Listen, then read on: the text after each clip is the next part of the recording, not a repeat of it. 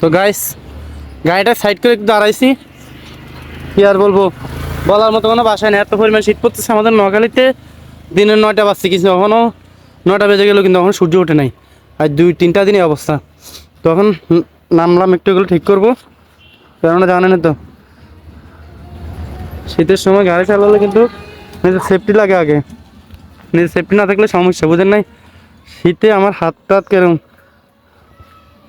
হয়ে গেছে।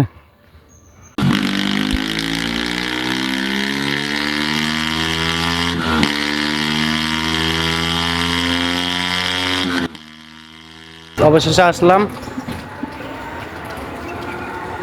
আমি এখানে আসছি কি জন্য অবশ্যই আপনারা দেখবেন। এখানে আসছি বালু দেখার জন্য, মানে বালুগুলো কেমন সেটা দেখবো। তো এই ভালোগুলো দেখতেছি মোটামুটি এত সুবিধা না, মোটামুটি আছে, মানে আগেগুলো হচ্ছে একটু নর্মাল। যাই হোক, দেখি কি করা যায়। তা আমাদের স্যাম্পল নেওয়া হয়ে গেছে, এবার ইনশাআল্লাহ এখান থেকে বের হবো। আমরা এখন আছি আপনার দুম্বা পাটারি বাজারে,